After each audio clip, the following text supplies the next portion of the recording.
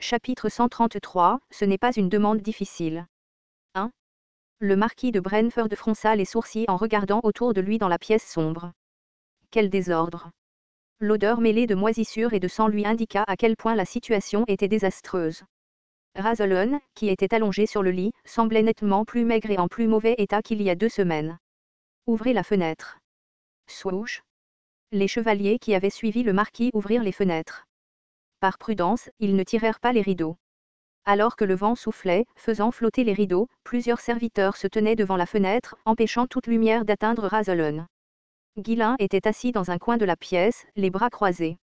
Lui aussi avait des cernes sous les yeux, ce qui montrait clairement à quel point il était épuisé. Jeune maître. Vous allez bien? Monseigneur. Les proches collaborateurs de Ghislain entrèrent précipitamment, s'occupant de lui. Madame. Même le majordome, qui avait été chassé, se précipita à l'intérieur avec une expression inquiète. Au milieu de l'agitation soudaine, Razalon ouvrit lentement les yeux et s'assit. Ah! Elle poussa un soupir sans réfléchir. C'était un son complexe, un mélange de soulagement que ce soit enfin terminé et des effets persistants de la douleur. Razalon désigna directement Ghislain et parla. Tout de suite, arrêtez ce bâtard. Maintenant que c'était fini, elle pouvait le faire enfermer. Son esprit était rempli de pensées de le rembourser de toute la douleur et de l'humiliation qu'elle avait endurée. Que faites-vous? J'ai dit de l'arrêter maintenant. À l'explosion de Razalon, les chevaliers hésitèrent, jetant un coup d'œil au chevalier commandeur. Toléo fit silencieusement signe de son ordre. Les chevaliers bloquèrent immédiatement toutes les voies de fuite et commencèrent à encercler la zone. Alors que l'atmosphère devenait tendue, les aides de Ghislain, essayant de garder leur sang-froid, se déplacèrent discrètement pour l'encercler et rester vigilants. Jeune maître. Que vas-tu faire maintenant? Alors que Bolinde murmurait avec urgence, Ghislain ne montrait qu'une expression lasse, restant silencieux.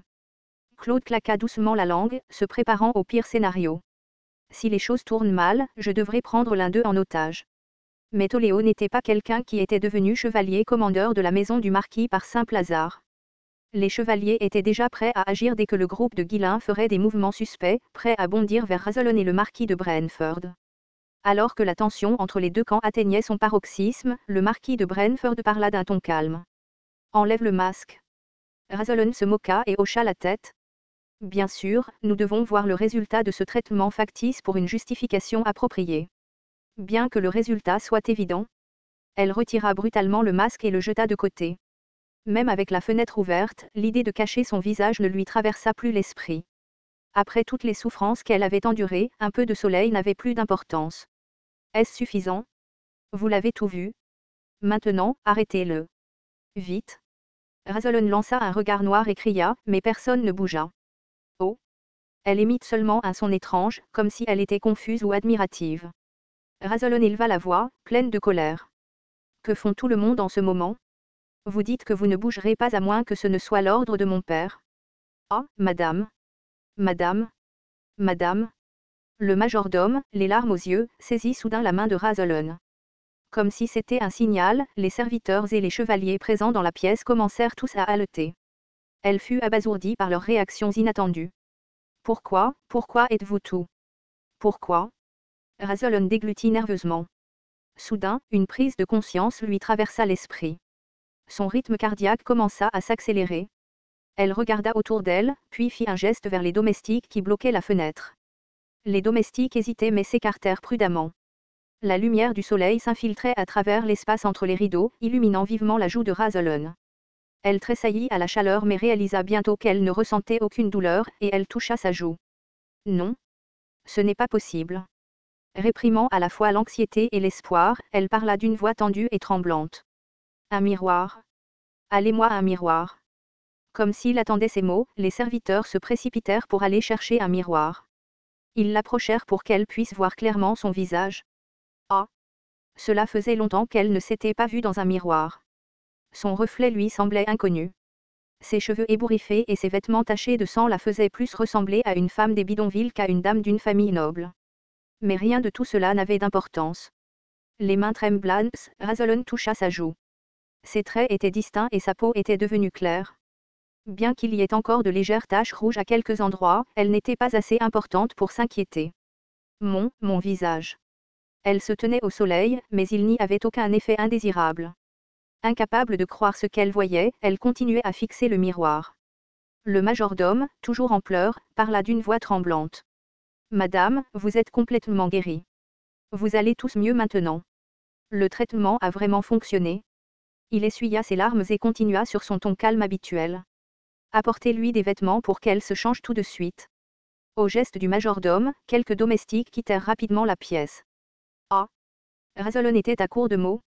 Le traitement, qui avait été ressenti comme une torture, avait vraiment fonctionné. C'est un rêve, n'est-ce pas? Vous me faites tous une farce. Elle ne s'attendait à rien, ce qui rendait le résultat d'autant plus choquant. Si c'était un rêve, ce serait le cauchemar le plus cruel qu'elle puisse imaginer. Razolon bégaya en regardant Guilain. C'est un mensonge, n'est-ce pas? Est-ce une sorte d'hallucination provoquée par la drogue? Ce n'est pas ça, dit Guilain en s'approchant de Razolon avec un sourire enjoué. Le traitement est terminé. Cela a dû être difficile, mais vous l'avez bien supporté. Vous avez fait un excellent travail. À ces mots, Razolon baissa finalement la tête. Une seule larme tomba de ses yeux. Ah! Elle serra sa poitrine. La douleur qu'elle avait réprimée surgit, comme si elle éclatait. Elle avait enfin échappé à cette maladie diabolique. Elle pouvait enfin sortir de l'obscurité et voir la lumière. Même si elle essayait de ne pas pleurer, le flot de chagrin refoulé la submergea, et elle ne put s'empêcher de verser des larmes. Ag! Madame! Le majordome, regardant Razolon essayer d'étouffer ses sanglots, pleura silencieusement à ses côtés. Même le marquis de Brentford, normalement sans cœur, resta silencieux pendant ce moment. Je pense qu'il serait préférable de donner à la dame un peu de temps pour se ressaisir. À cause de nous, elle ne peut même pas pleurer librement, n'est-ce pas? Bolinde claqua la langue et suggéra. Le majordome hocha la tête avec ferveur en signe d'accord. Oh oui, faisons-le. Sortons un moment. Vite, maintenant. Les gens commencèrent à reculer, jetant un regard prudent au marquis de Brentford pour obtenir son approbation. Le marquis regarda Razolon pendant un moment, puis, sans un mot, se retourna et quitta la pièce. Allez, tout le monde, sortons. Le majordome fit sortir tout le monde de la pièce, et ils quittèrent tout la pièce. Une fois la porte fermée, les sanglots de Razolon devinrent plus forts. Vous voyez ce que je veux dire. Je ne sais pas s'ils manquent d'empathie ou s'ils n'ont tout simplement aucun bon sens. Marmonna Bolinde en claquant la langue, mais elle ferma rapidement la bouche lorsqu'elle remarqua le regard du marquis. Il laissa échapper un ricanement et regarda Guilain. Alors, tu as vraiment réussi à la soigner. Je dois admettre que c'est un exploit assez impressionnant. Bien qu'il ait effectivement perdu le pari, il ne se sentait pas aussi mal qu'il le pensait. Après tout, sa fille, qui souffrait depuis longtemps, était guérie, et il n'y avait aucune raison pour que cela soit une mauvaise chose. Guilain haussa simplement les épaules en guise de réponse. Le majordome fut le premier à s'approcher de Guilain, s'inclinant profondément. Merci. Merci beaucoup. Les compétences médicales du baron sont vraiment les meilleures du royaume. Veuillez nous pardonner pour toute impolitesse dont nous vous avons fait preuve. Eh bien, ce n'est pas tout à fait vrai. À ce rythme, il finirait par être présenté comme une sorte de guérisseur miraculeux. Et si tous les nobles venaient le chercher? Non, pas question. Bien qu'intérieurement troublé, Guilain gardait une attitude confiante à l'extérieur. Ses assistants, voyant cela, semblèrent enfin soulagés. Bolinde jeta un coup d'œil au visage du marquis et sourit. Regardez cette expression boudeuse. S'il a des plaintes à formuler, il n'a qu'à les exprimer. Avec la tournure que prendront les choses, même ce redoutable marquis ne pourra pas les traiter avec insouciance. Claude claqua intérieurement la langue. Bien qu'il soit heureux d'avoir traversé la crise, il ne comprenait toujours pas ce qui s'était passé cette fois-ci non plus. Il avait l'impression que le bon sens était paralysé. Waouh, c'est incroyable à chaque fois que je vois ça. Comment est-ce que ça réussit? Il plissa les yeux, scrutant Guilain de la tête aux pieds. Peu importe comment je le regarde, il semble n'avoir que des connaissances à moitié cuites. Les choses bizarres que faisait Guilain étaient comme s'il avait réussi à extraire les réponses aux problèmes de quelque part. Un phénomène étrange où il produisait des résultats sans vraiment en comprendre la cause. Malgré l'avoir vu se produire plusieurs fois, Claude ne parvenait toujours pas à comprendre comment c'était possible. Le marquis de Brentford fronça les sourcils en observant le groupe d'individus détendus autour de Guilain. Dites à Razolon de venir me voir plus tard. Pour l'instant, convoquez les serviteurs. Nous finaliserons l'accord avec le baron Fenry. Oh! Au mot du marquis, ceux qui l'entouraient laissèrent échapper de petites exclamations. Terminer l'accord signifiait reconnaître la contribution du baron Fenry et accepter de lui accorder ce qu'il voulait. Des regards curieux se tournèrent vers Guilain, se demandant ce qu'il pourrait demander. Peu de temps après, les principaux serviteurs de la maison du marquis se rassemblèrent dans le hall. Le majordome escorta personnellement et poliment Guilain et ses assistants à la réunion.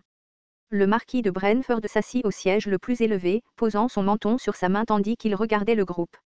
Le résultat fut tout à fait remarquable. Je pensais que c'était juste un bluff, mais il semble que tu sois plus qu'un gamin à la grande gueule. Les serviteurs qui écoutaient levèrent les yeux avec surprise. Un compliment aussi généreux était rare de la part du marquis de Brentford. La méthode était peu orthodoxe, mais une promesse est une promesse. Maintenant, dis-moi ce que tu veux. Tout le monde se tourna vers Guilain avec un visage plein de curiosité. Lorsqu'il avait affaire à quelqu'un d'aussi puissant que le marquis de Brentford, il était peu probable que ce qu'il voulait soit une petite affaire. À quel point la récompense qu'il cherchait à obtenir était-elle grande. La salle était remplie de tension et d'anticipation. Guilain prit une profonde inspiration et leva la tête. Ce n'est pas une demande particulièrement importante. Le marquis hocha la tête avec indifférence. Vas-y, ne te retiens pas.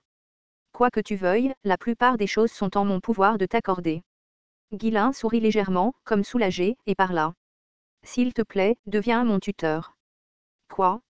Le marquis de Brentford fut pris de court et demanda à nouveau. Et ce n'était pas seulement lui. Tout le monde autour de lui avait l'air tout aussi stupéfait, la bouche grande ouverte. Le marquis répéta sa question pour confirmer. Vous venez de dire tuteur. Oui. Vous n'avez pas fait de faute de langage, en demandant un peu de soutien à la place. Non, je ne l'ai pas fait. Hein ?